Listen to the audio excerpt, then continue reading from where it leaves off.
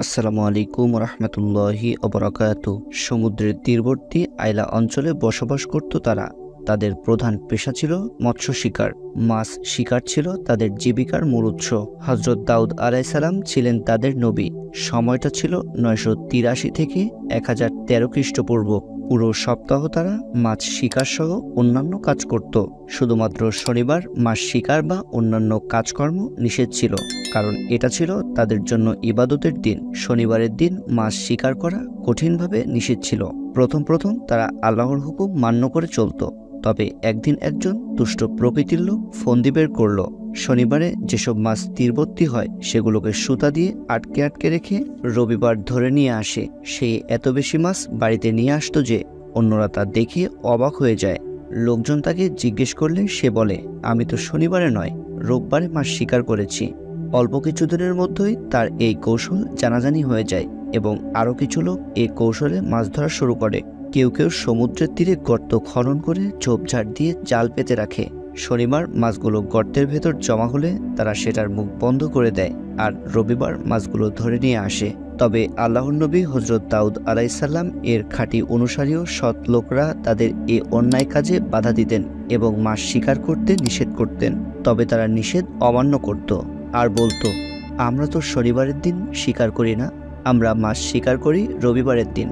অবশেষে ইমানদাররা অপরাগ হয়ে সেসব কৌশলী লোকদের সঙ্গে সম্পর্ক ছিন্ন করে দেন এবং তাদের কাছ থেকে পৃথক হয়ে যান। তারা গ্রামের মাঝখানে একটি দেয়াল তৈরি করে দেন। সৎ লোকেরা একটি দরজা দিয়ে যাতায়াত করতেন আর অসাধু সীমা লঙ্ঘনকারী লোকেরা অন্য দরজা দিয়ে যাতায়াত করত। এভাবে অনেক দিন অতিবাহিত হয়। একদিন হঠাৎ এক বিস্ময়কর ঘটনা ঘটে। রাত শেষে ভোর পেরিয়ে বেলা বেড়ে গেলেও সেই লোকেরা ঘরের দরজা খুলছে না। ভেতর থেকেও তাদের কোনো সাড়া শব্দ নেই। অনেকক্ষণ কেটে যাওয়ার পর খোঁজ নিতে গেলে এক বিস্ময়কর চিত্র দেখা যায় যে যেসব পরিবারে সব নারী পুরুষ শিশু বানরে রূপান্তরিত হয়ে গেছে, তাদের লেজও গজিয়েছে। তাদের সবাইকে চেনা যাচ্ছিল, সে অমুক পুরুষ, সে অমুক নারী এবং এ অমুক শিশু ইত্যাদি। আল্লাহ তাআলা বলেন, তোমরা তো তাদের ভালোভাবেই জানো যারা শনিবারের ব্যাপারে সীমা লঙ্ঘন করেছিল। আমি তাদের বলেছিলাম, তোমরা নিকৃষ্ট বানর হয়ে যাও। অতঃপর আমি এই ঘটনাকে তাদের সাময়িক ও পরবর্তীদের জন্য দৃষ্টান্ত হিসেবে এবং আল্লাহ ভীরুদের জন্য উপদেশ হিসেবে রেখে দিলাম। বর্ণিত সূরা বাকারা আয়াত নাম্বার 65-66। এই আয়াতের ব্যাখ্যায় তাফসিরে জালালাইল, তাফসিরে ইবনে কাসির সহ প্রায় সকল তাফসির গ্রন্থে ঘটনার উল্লেখ রয়েছে।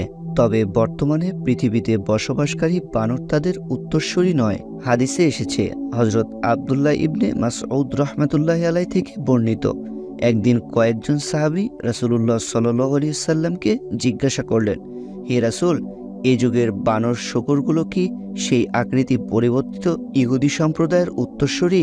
রাসূল সাল্লাল্লাহু আলাইহি ওয়াসাল্লাম বললেন, আল্লাহ তাআলা যখন কোনো সম্প্রদায়কে ধ্বংস করেন কিংবা তাদের ওপর আকৃতি পরিবর্তনের আযাব নাজিল করেন, তখন তাদের বংশধারা থাকে না।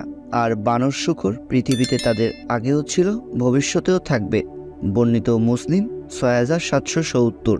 সো বন্ধুরা, এতক্ষণ যে আলোচনাটি আপনারা শুনলেন, এই আলোচনা ঘিরে আপনার যদি কোনো মতামত থেকে থাকে তাহলে অবশ্যই কমেন্ট বক্সে এসে আপনার মূল্যবান মতামতটি লিখে যাবেন।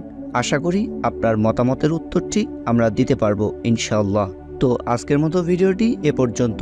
যদি ভিডিওটি আপনাদের ভালো লেগে থাকে তাহলে অবশ্যই ভিডিওতে একটি লাইক, কমেন্ট, শেয়ার এবং চ্যানেলটি প্লিজ একটি সাবস্ক্রাইব করে পাশে থাকা বেল আইকনটি ক্লিক করে দিবেন। তো আবারও দেখা হচ্ছে নেক্সট কোনো ভিডিওতে। সে পর্যন্ত আপনারা সকলে ভালো থাকবেন, সুস্থ থাকবেন। আল্লাহ হাফেজ। আসসালামু আলাইকুম রহমতুল্লাহি ওয়া বারাকাতুহু।